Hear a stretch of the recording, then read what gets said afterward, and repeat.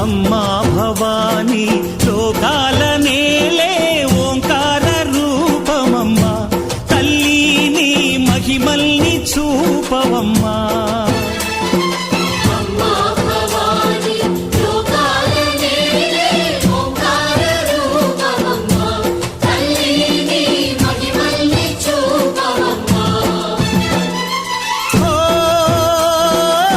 సృష్టికే దీపమా, శక్తికే మూలమా, సింహరథమే నీదమ్మా. అమ్మ దుర్గమ్మ భక్తులను దీవించుమా.